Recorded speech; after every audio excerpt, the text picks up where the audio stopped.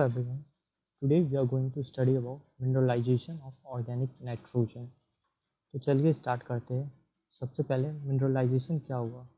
किसी भी एलिमेंट का कन्वर्जन उसके इमोबिलाइज्ड फॉर्म से अवेलेबल फॉर्म करने का मतलब जिस फॉर्म में प्लांट उसको अपटेक कर सके, और ये as a result of microbial decomposition की वजह से होता है। तो मिनरलाइजेशन ऑफ ऑर्गेनिक नाइट्रोजन में हम लोगों का 3 स्टेप्स होता है मेनली। पहला अमाइनाइजेशन, दूसरा अमोनिफिकेशन और तीसरा नाइट्रिफिकेशन। इसमें जो पहला और दूसरा स्टेप अमाइनाइजेशन और अमोनिफिकेशन है, ये एनारोबिक कंडीशंस में होता है और हेटेरोट्रॉपिक बैक्टीरिया से मेडिएट होता है, और नाइट्रिफिकेशन जो है वो एरोबिक कंडीशंस में होता है और ऑटोट्रोपिक बैक्टीरिया से मेडिएट होता है। पहला अमाइनाइजेशन। अमाइनाइजेशंस में हम लोग का अमाइंस और अमाइनो एसिड्स फॉर्म होता है, और ये हाइड्रोलाइसिस के वजह से होता है और हेटेरोट्रॉपिक बैक्टीरिया बैसिलस सूडोमोनास के प्रेजेंस में होता है, और ये एनारोबिक कंडीशंस में होता है। तो पहले इसमें ऑर्गेनिक मैटर का हाइड्रोलाइसिस पॉलीपेप्टाइड्स में होगा, फिर वो पॉलीपेप्टाइड्स और प्रोटीन्स जो रहेंगे वो हमारे अमाइंस और अमाइनो एसिड्स में कन्वर्ट होंगे, plus CO2 plus energy plus other compounds आएगा हमारा। तो दूसरा है हमारा अमोनिफिकेशन। इसमें हम लोगों का अमोनिकल कंपाउंड्स फॉर्म होता है, वो भी एब्सेंस ऑफ ऑक्सीजन में, मतलब एनारोबिक कंडीशंस में, और ये भी हेटेरोट्रॉपिक ऑर्गेनिज्म के द्वारा मीडिएट होता है। और अमाइनाइजेशन में हम लोग का जो अमाइंस बना था वो ही यहाँ पे H2O के साथ रिएक्ट करेगा और अमोनिया देगा, और ROH देता है, एनर्जी देता है। और जो अमोनिया बना वो फिर H2CO3 के साथ रिएक्ट करता है और अमोनियम कार्बोनेट बनाता है, जो कि अनस्टेबल होने की वजह से अमोनियम आयन और कार्बोनेट आयन में टूट जाता है। यहाँ पे जो अमोनिया बनता है हमारा, उसका 4 फेट हो सकता है। वो चाहे तो नाइट्राइट या नाइट्रेट में कन्वर्ट हो सकता है नाइट्रिफिकेशन के द्वारा, या नहीं तो हायर प्लांट्स उसको एब्जॉर्ब कर सकता है लाइक पैडी, जो कि अमोनिया ही एब्जॉर्ब करता है, और नहीं तो हेटेरोट्रॉपिक ऑर्गेनिज्म उसको फिर से यूटिलाइज कर सकता है further decomposition of organic matter के लिए, या नहीं तो clay mineral like montmorillonite, vermiculite में भी बायोलॉजिकली अनअवेलेबल फॉर्म में फिक्स हो सकता है। और तीसरा है हमारा नाइट्रिफिकेशन। ये ऑटोट्रॉप्स के द्वारा होता है और ये एरोबिक कंडीशन में होता है, मतलब कि इसका बायोलॉजिकल ऑक्सीडेशन होता है।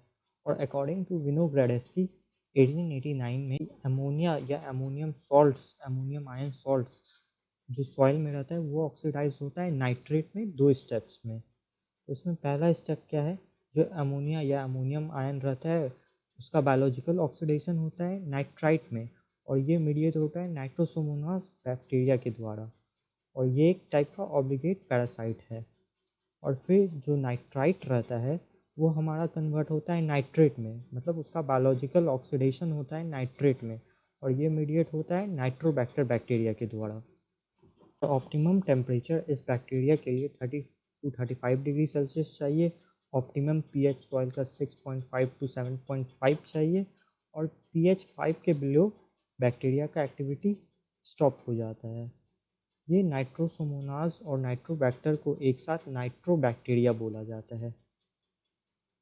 अगर हम लोग रिएक्शन फिर से देखें, यहाँ पे क्या होता है, वही जो अमोनियम आयन था हमारा वो 3O2 के साथ रिएक्ट किया 2NH4 प्लस, और वो नाइट्राइट दिया 2NO2 माइनस दिया, प्लस 2H2O दिया, प्लस 4H प्लस दिया, और एनर्जी रिलीज किया।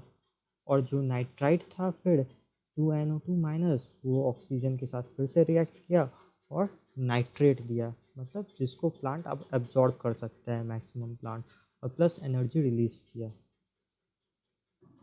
और जब भी हम लोग NH4 प्लस फर्टिलाइज़र ऐड करेंगे सॉइल में, तो उसके लिए मॉलिक्यूलर ऑक्सीजन रहना चाहिए नाइट्रिफिकेशन होने के लिए। इसका मतलब एरेटेड सॉइल में ये बहुत आसानी से होगा, और जो H प्लस रिलीज़ करता है उसके वजह से सॉइल एसिडिक हो जाएगा। यहाँ पे जो H प्लस रिलीज़ हो रहा है इस वजह से हम लोग का सॉइल एसिडिक हो जाता है। और ट्रांसफॉर्मेशन अच्छे से होने के लिए हम लोग के माइक्रोबियल एक्टिविटी के लिए एक अच्छा moisture supply, optimum temperature, optimum pH सब रहना चाहिए। और कुछ फैक्टर्स जिसके वजह से हम लोगों का नाइट्रिफिकेशन इफेक्ट होता है, पहला जैसे सप्लाई ऑफ NH4 प्लस, दूसरा पॉपुलेशन ऑफ नाइट्रीफाइंग ऑर्गेनिज्म, तीसरा सॉइल रिएक्शन, चौथा सॉइल एरेशन। अच्छा एरेशन रहेगा तो नाइट्रिफिकेशन अच्छे से होगा, हम लोगों का फास्ट होगा। सॉइल मॉइस्चर सही रहना चाहिए, soil temperature 30 to 35 degree Celsius रहना चाहिए। और सातवां सीज टू एन रेशियो, अगर ये हमारा 20 से कम रहता है तो ही मिनरलाइजेशन होता है, और अबव 30 रहता है तो इमोबिलाइजेशन होता है, और 15 to 30 या 20 to 30 रहता है तो फिर हम लोग का दोनों प्रोसेस एक साथ होता है, इमोबिलाइजेशन और मिनरलाइजेशन। और 8वां फर्टिलिटी। Thank you.